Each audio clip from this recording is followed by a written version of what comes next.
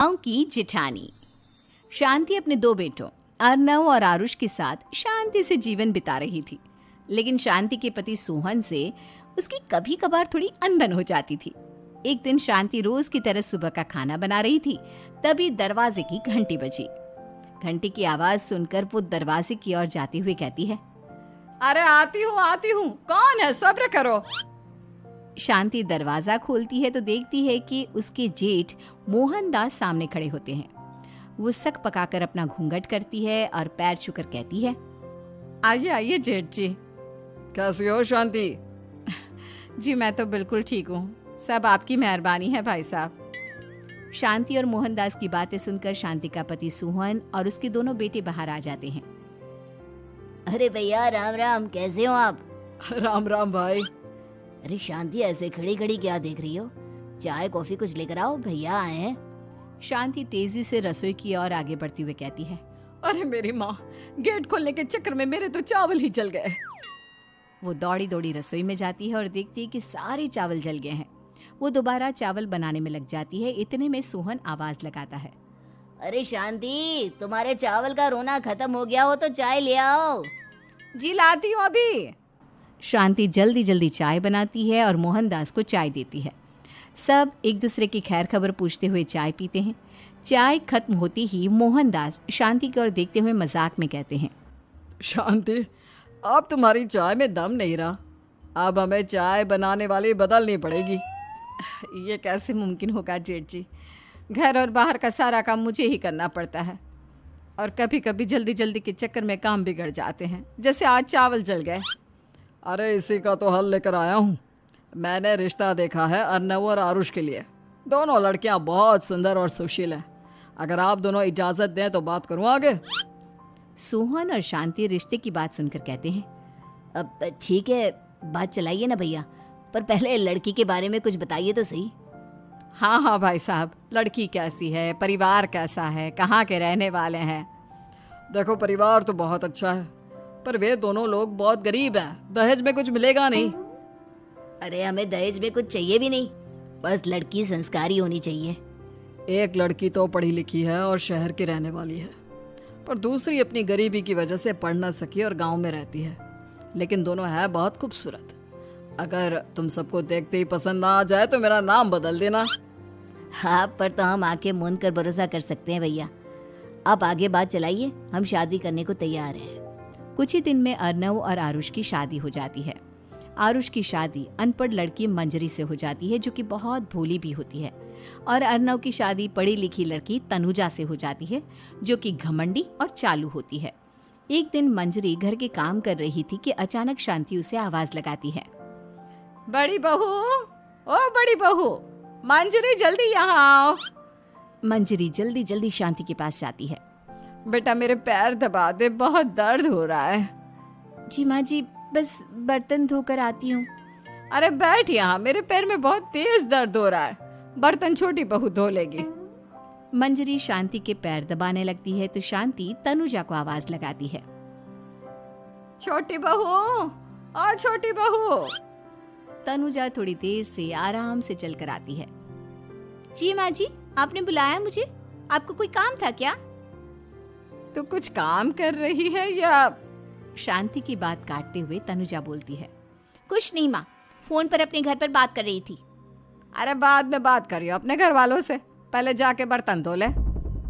तनुजा मुंह बनाते हुए अपनी जिठानी की ओर देखती है और मन ही मन कहती है, ये महारानी वहां बैठी है, ये नहीं कि बर्तन धो ले। मैंने इतनी पढ़ाई बर्तन धोने के लिए की थी क्या? तनुजा दांत पीसकर वहां से चली जाती है। अगले दिन सब दफ्तर चले जाते हैं, तभी डाकिया चिट्ठी लाता है। शांति चिट्ठी लेकर मंजरी से कहती है, बड़ी बहू, जरा छोटी बहू को बुलाना, एक चिट्ठी आई है। मेरी तो आंखें कमजोर है तो मुझसे पढ़ा नहीं जाएगा। मंजरी तनुजा के पास जाकर कहती है, तनुजा, तुम्हें माँ जी बुला रही हैं। मुझ पर हुक्म मत चलाओ, काम बताओ काम। अरे मैंने तुम पर कहाँ हुक्म चलाया, और हुक्म चला भी दूंगी तो क्या हुआ? तुम तो मेरी छोटी बहन की तरह हो ना। तुम जैसी अनपढ़, जाहिल और गांव की गवार मेरी बहन नहीं हो सकती। बेचारी मंजरी तनुजा की बात सुनकर अपना सा मुंह लेकर रह गई। कोई चिट्ठी आई है, माँ जी तुमसे पढ़वाना चाहती है, बस इसलिए बुला रही हैं। मुंह टेढ़ा करके तनुजा मंजरी का मजाक बनाती हुए कहती है, अनपढ़ कहीं की। तनुजा का ऐसा बर्ताव देखकर बड़ी बहू बहुत दुखी होती है। तनुजा को अपनी पढ़ाई का घमंड इतना हो गया कि अब वो घर के कोई काम नहीं करती और अपनी जिठानी का मजाक बनाती रहती। तनुजा का ये बर्ताव अब उसकी सास को भी नजर आने लगा था। एक दिन शांति ने अपनी बड़ी बहू से कहा, मंजरी, तनुजा हर समय तुम्हारा मजाक उड़ाती है, तुम्हें गुस्सा नहीं आता क्या? आता तो है माँ जी, लेकिन मैं क्या करूं? जब भी उसे कुछ बोलती हूँ वो और भी जली कटी बातें मुझे सुनाकर चली जाती है। मैं उसे अपनी छोटी बहन की तरह प्यार करती हूँ, लेकिन उसके दिल में मेरे लिए कोई इज्जत नहीं। बहू, तूने वो कहावत सुनी है, जुल्म करने वाले से ज्यादा जुल्म सहने वाला अपराधी होता है। मंजरी अपनी सास का इशारा समझ जाती है। वो अपनी देवरानी को सबक सिखाने की ठान लेती है और एक दिन शांति अपनी दोनों बहुओं के साथ बैठी थी तो शांति अपनी बड़ी बहू से पूछती है, अरे बहू, शाम होने को है, कुछ सोचा है क्या बनेगा खाने में? माँ जी, मेरे तो सर में बहुत दर्द है आज। मेरी प्यारी देवरानी ही कुछ अंग्रेजी खाना बनाकर खिलाएगी। सुना है पढ़े लिखे लोग अंग्रेजी खाना बहुत अच्छा बनाते हैं, क्यों तनुजा? इतना कहकर मंजरी अपनी सास की ओर देखकर मुस्कुरा दी। तनुजा अपनी तारीफ सुनकर बहुत खुश हो गई। इतने में शांति कहती है, ये तो सच बात है छोटी बहू, ये तो मैंने भी सुना है। हम भी पक गए हैं बड़ी बहू के हाथ का खाना खा खा कर। तनुजा, तुम्हारी माँ भी तो तुम्हारे खाने की बहुत तारीफ करती हैं। आज हमें भी खिला दो कुछ अच्छा सा बनाकर। शांति की बात सुनकर छोटी बहू और आसमान पर चढ़ गई, पर उसे ये कहाँ पता था कि उसकी सास और जेठानी उसे सबक सिखाना चाहती हैं। तनुजा अपनी तारीफ सुनकर खुश तो बहुत होती है, पर सोचने लगती है, मुझे तो कैसा भी खाना बनाना नहीं आता। अब मैं क्या करूंगी? अगर मैंने इनको सच बता दिया तो मेरी सारी इज्जत मिट्टी में मिल जाएगी। अरे छोटी बहू, क्या सोच रही हो? खिलाओगी ना अपने हाथ का अंग्रेजी खाना? छोटी बहू हाँ में सर हिला देती है। अचानक से उसके दिमाग में एक आइडिया आता है। मैं इंटरनेट से देखकर कुछ बना लेती हूँ, मेरी वाहवाही पूरे घर में हो जाएगी। मुझे कौन सा रोज रोज बनाना है। माँ जी, आज आप सबको ऐसा खाना खिलाऊंगी कि। इतने में शांति छोटी बहू की टांग खींचते हुए कहती है कि पता नहीं कैसा खाना खिलाओगी। ए ऊपर वाले, हमारी रक्षा करना। इतना बोलकर शांति और मंजरी दोनों जोर जोर से हंसने लगते हैं। अब तनुजा रसोई घर में चली जाती है और खाने की तैयारी करने लगती है, पर उसे रसोई घर की चीज़ों के बारे में तो कुछ नहीं पता। जैसे तैसे सारी चीज़ें निकालती है और इंटरनेट पर देखकर खाना बनाती है। कुछ ही देर में सब लोग घर आ जाते हैं। अरे सुनते हो, आज का खाना हमारी छोटी बहू बना रही है। अरे वाह, आज तो फिर कुछ अंग्रेजी खाना खाने को मिलेगा। कुछ ही देर में खाना बन जाता है तो छोटी बहू सबका खाना लगा देती है। इतने में बड़ी बहू कहती है, क्या बात है देवरानी जी, आज तो बहुत अच्छी खुशबू आ रही है। ये बात तो सही कही बड़ी बहू तूने, खुशबू तो अच्छी है। ऐसी खुशबू तो मेरे खाने में भी नहीं आती। सब मिलकर छोटी बहू की बहुत तारीफ करते हैं और छोटी बहू 7वें आसमान पर बैठ जाती है। अब सभी खाना खाते हैं। जल्दी जल्दी दो, अब तो मुंह में पानी आ रहा है। हाँ, मुझसे भी नहीं रुका जा रहा। जैसे ही सोहन एक निवाला खाता है तो उसकी आंखों से पानी आने लगता है। ये देखकर शांति सोहन से पूछती है, क्या हुआ जी, खाना इतना अच्छा बना है कि आंखों से पानी आ गया? सोहन चुप रहता है और धीरे धीरे से खाना शुरू कर देता है। इतने में सोहन छोटी बहू से कहता है, बेटी तुम भी तो खाओ, तुम क्यों रुकी हो? खाना सच में बहुत अच्छा है। ये कहकर सोहन जोर से हंस देता है। फिर सब खाना खाने लगते हैं, लेकिन खाने में नमक और मिर्च तेज हो गई थी। तनुजा से कोई कुछ नहीं बोलता, बल्कि उसे भी खाने को कहते हैं। जैसे ही छोटी बहू खाना खाती है वो पानी पानी कहकर चिल्लाती है, पानी, इसमें तो पानी। ये खाना तो सच में इतना अच्छा बना है कि हमारे साथ साथ देवरानी जी भी इसके स्वाद को कभी नहीं भूल पाएंगी। सही कहा बहू। तनुजा को अपनी गलती का एहसास हुआ और उसने अपनी सास से कहा, माँ जी ये मेरी गलती नहीं है, इंटरनेट पर दिखाया था कि 4 चम्मच नमक और मिर्च डालने हैं। अब मंजरी को भी मौका मिल गया और उसने तनुजा पर तंज कसा। नाच न जाने आंगन टेढ़ा, हर जगह अपनी पढ़ाई दिखाती हो, दूसरों का मजाक उड़ाती हो। अब पता चला ना, हर चीज़ में पढ़ाई काम नहीं आती। और तुम तो शहर में रही हो, तुम्हें तो मुझसे भी अच्छा खाना बनाना आना चाहिए ना।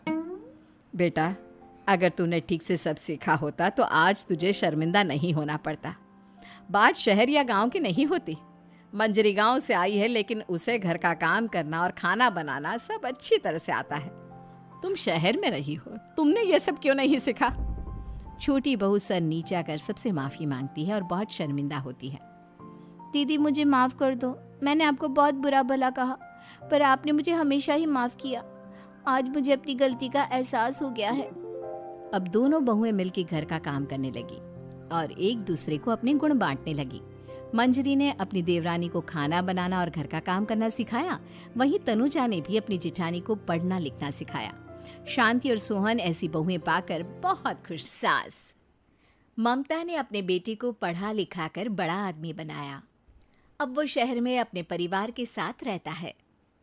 एक दिन ममता का बेटा रोहन अपनी पत्नी आलिया से कहता है, अरे आलिया, सुनो, माँ अब से गांव में नहीं रहेगी, वो हमारे साथ यहीं रहेंगी शहर में। उनका कमरा आज नौकर से बोलकर अच्छे से साफ करवा देना। ओह, आज तो मेरी किटी पार्टी है, फिर मुझे जिम और फिर शॉपिंग। ठीक है, कल करवा दूंगी। अच्छा, लेकिन माँ के सामने ये कपड़े नहीं चलेंगे। हाँ, तुम्हें साड़ी या सूट पहनना होगा। अरे बिल्कुल भी नहीं। मेरे मम्मी पापा ने इतना पैसा लगाकर शादी इसलिए नहीं की थी कि मैं अपनी मर्जी के कपड़े पहन ओढ़ भी ना सकूं। अरे चलो, गुस्सा मत हो, लेकिन कुछ दिन तो माँ की खुशी के लिए कर सकती हो ना। लेकिन आलिया मानती नहीं। माँ आती है सिंपल सी साड़ी, झोला और चप्पल पहनकर। अरे रोहन, मैं इनके साथ कैसे रहूंगी? मेरी फ्रेंड्स क्या कहेंगी? ये तो पूरी गंवार लग रही है। आलिया, माँ गांव में रहती थी इसलिए ऐसी हैं। तुम आज ही माँ के साथ जाकर उनकी पसंद की शॉपिंग करवा देना। इनके साथ घर के अंदर रहना मुश्किल है, बाहर तो मैं कभी भी ना जाऊं। रोहन को आलिया पर गुस्सा आ जाता है। माँ, ओ माँ। हाँ बेटा। वो माँ को ले जाने के लिए उनका हाथ पकड़ता है कि अरे माँ, तेरे हाथ अभी तक इतने कड़े हैं, तूने इसका कोई इलाज नहीं किया? अरे बेटा, इसका कोई इलाज नहीं। वैसे भी मुझे कोई शर्म नहीं कि मेरे हाथ मुलायम नहीं है, क्योंकि इन्हीं हाथों से मेहनत कर मैंने तुझे बनाया है बेटा। अगले दिन, माँ, मैं ऑफिस जा रहा हूँ, कुछ लाना हो तो आलिया को बोलकर फ़ोन करवा देना। रोहन के जाने के बाद, आप ना आज कमरे में ही रहिएगा, घर में पार्टी है, मेरी सहेलियां आ रही हैं, मैं उन लोगों के सामने आपको नहीं ला सकती हूँ। ठीक है बहू, लेकिन तुम कहो तो मैं कुछ खाने को बना दूँ तुम लोगों की पार्टी के लिए। वो लोग सिर्फ कॉन्टिनेंटल या थाई फूड ही खाते हैं। कोई बात नहीं, कभी इंडियन खिलाने वाला कोई मिला नहीं होगा ना। मैं बनाकर कमरे में चली जाऊंगी। जैसे आपकी मर्जी। आलिया के घर उसकी दोस्त आती हैं, पार्टी होती है। अरे वाह आलिया, ये क्या है खाने में? बड़ा ही स्वादिष्ट है यार, इसकी रेसिपी मुझे चाहिए। हाँ, और ये दाल, ओ माय गॉड, मैंने तो किसी 5 स्टार में भी ऐसी दाल नहीं खाई है यार, तू कुक को यहाँ बुलाना। अब आलिया घबरा जाती है। हाँ हाँ हाँ, क्यों नहीं, माँ जी ज़रा बाहर आइए। आलिया की सास सिंपल सी साड़ी और गांव के अंदाज में आती है। अरे बहू, क्या हुआ? खाना पसंद नहीं आया क्या? बहू? अरे ये गांव से दिखने वाली औरत तुम्हें बहू क्यों बोल रही है? कौन है ये? वो हमारी नई नौकरानी है। सास बहू की बात सुनकर बहुत दुखी हो जाती है। वो सर झुकाकर जा ही रही होती है कि एक सहेली बोल पड़ती है। अरे कहाँ जा रही हैं माँ जी? वो उठकर उनके पैर छूती है। जीती रहो बेटा। क्या है ना, आपकी शक्ल बिल्कुल मेरी माँ जैसी है। पता है आलिया, मैं शहर पढ़ने आई और फिर शहरी हो गई। लेकिन मेरे माँ पापा तो आज भी गांव में रहते हैं, बिल्कुल इनके जैसे ही हैं। आप यहाँ बैठिए ना आंटी, आप सच में बड़ी खूबसूरत है और आपके हाथ का खाना तो लाजवाब है। काश ये मेरी सास होती। सभी सहेलियां सास को घेर कर बैठ जाती हैं और उनसे खाने की रेसिपी पूछ रही होती है कि तभी घर की बेल बजती है और रोहन आता है। अरे क्या बात है, आज आप लोग हमारे घर में? और ये लोग तो मुझे आलिया से ज्यादा माँ की सहेलियाँ लग रही हैं। क्या ये आपकी माँ है? लेकिन आलिया ने तो कहा कि ये उनकी नौकरानी है और इन्होंने भी नहीं बताया। वो नहीं बताएंगी क्योंकि उनके लिए बच्चों की इज्जत और उनकी खुशी सबसे पहले है।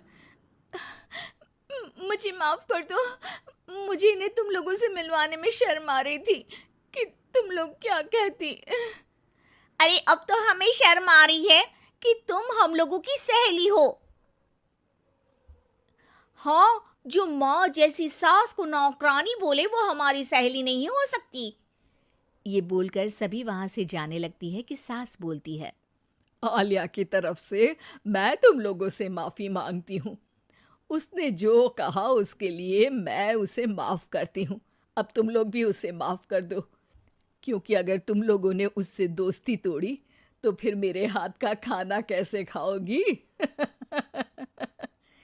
नहीं नहीं आंटी, जरूर आएंगे, लेकिन अब आलिया की नहीं बल्कि आपकी सहेली बनकर।